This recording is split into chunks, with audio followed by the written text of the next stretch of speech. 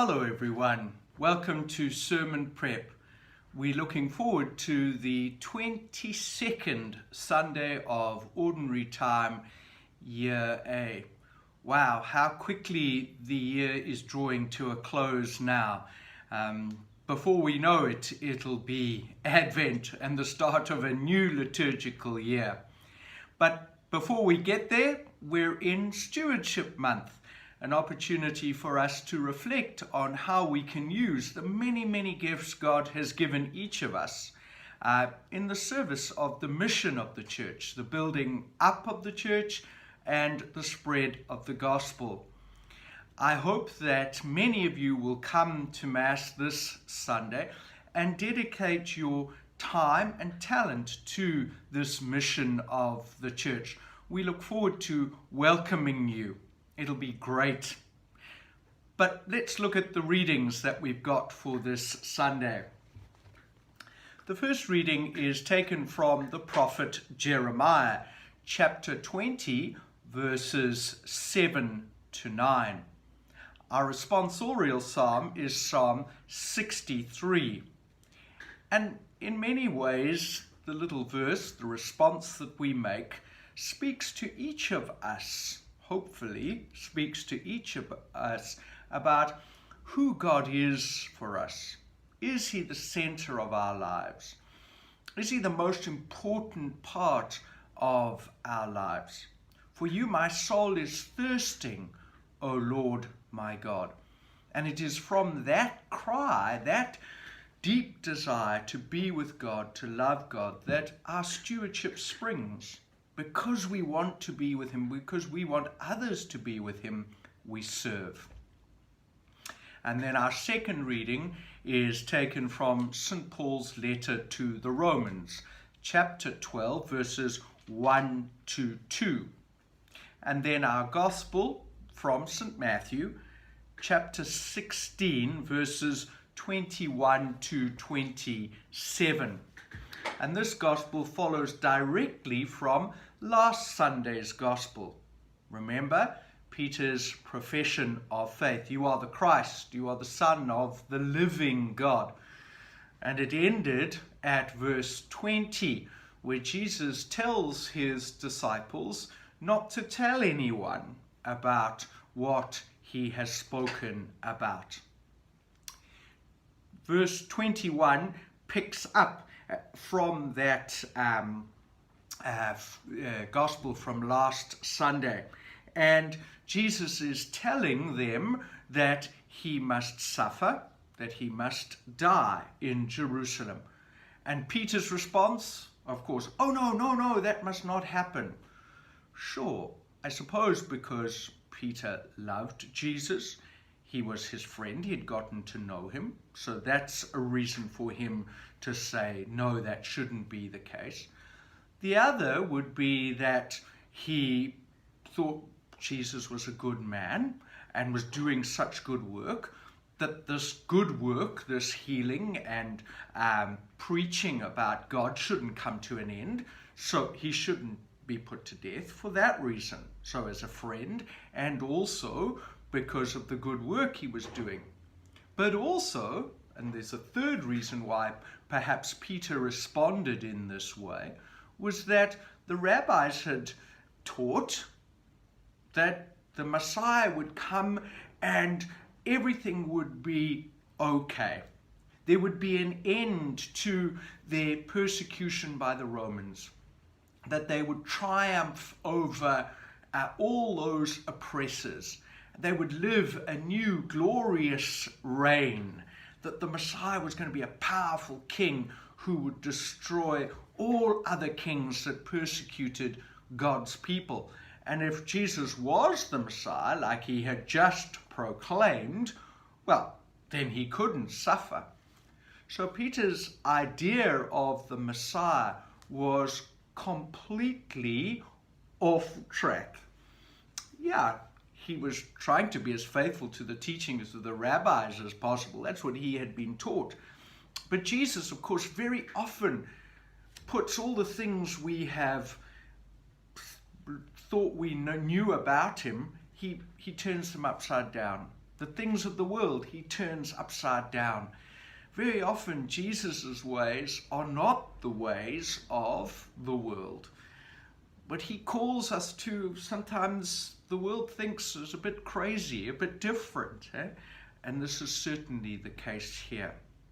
So the first part of the gospel, verses 21 to 23, is Jesus really explaining and putting to rights the understanding of the Messiah.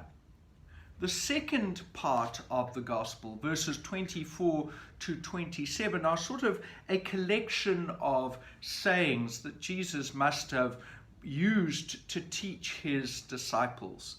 And he speaks of the cross, that if we want to follow him, we have to carry our cross. Now, yes, that may indicate that we have to face suffering and hardship, pain, and of course death, just like Jesus did. But I think we need to go a little bit deeper with that. We are to follow Jesus like Jesus. The whole of the ways of Jesus, we, his followers, need to embrace. It may include the cross, but it may not. Some people don't seem to carry crosses. Their lives seem quite good, but they need, all of us, whether we have pain and suffering and hurt or not, all of us as Christians need to be like Jesus. We need to become like Jesus. And I think that's how we can expand the notion of taking up the cross. We've got to take up the ways of Jesus. I think that's really important. I think also that we need to look at what we value in our lives. What's important?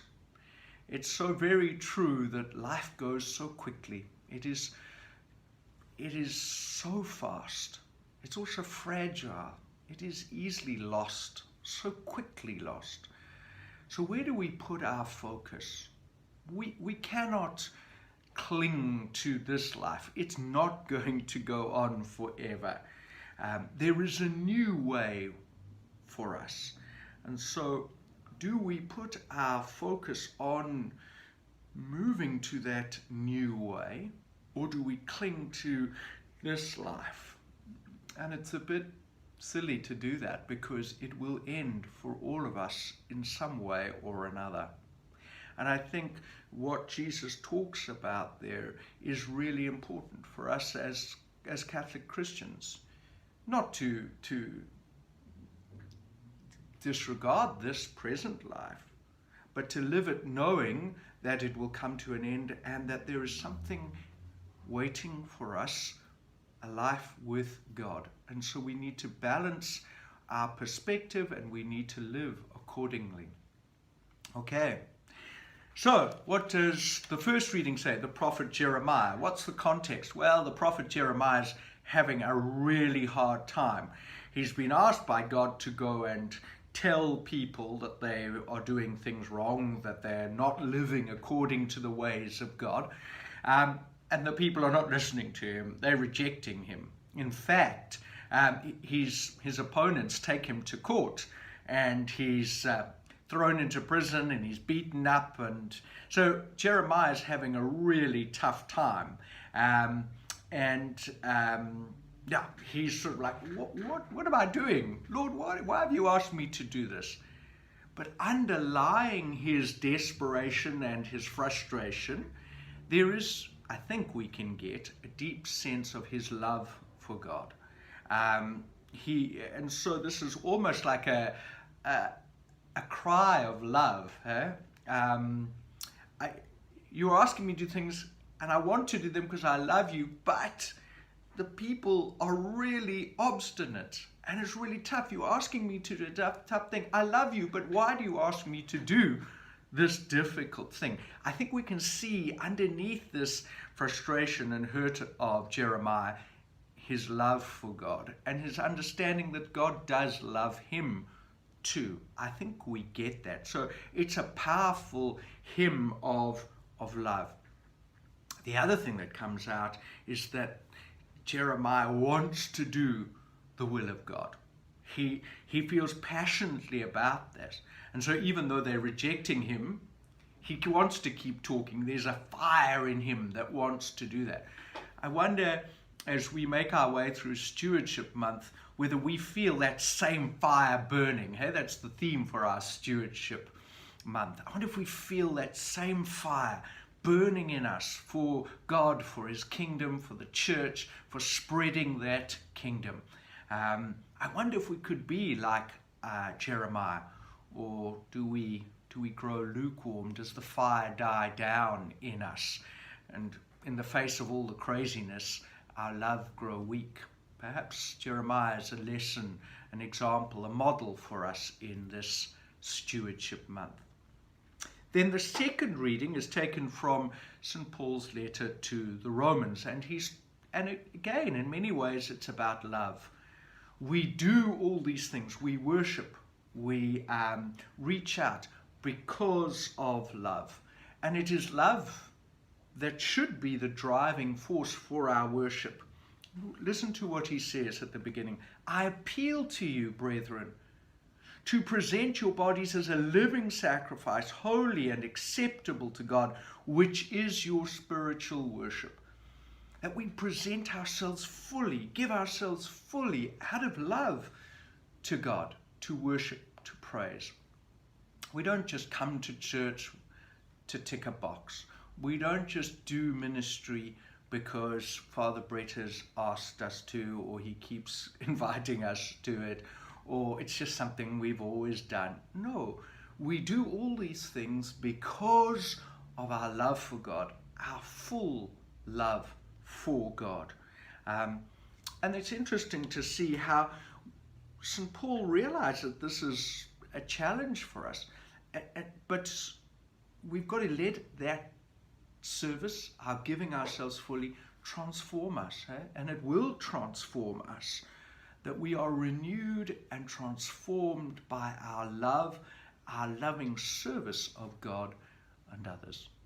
Okay, some thoughts for the 22nd Sunday of Ordinary Time, Year A.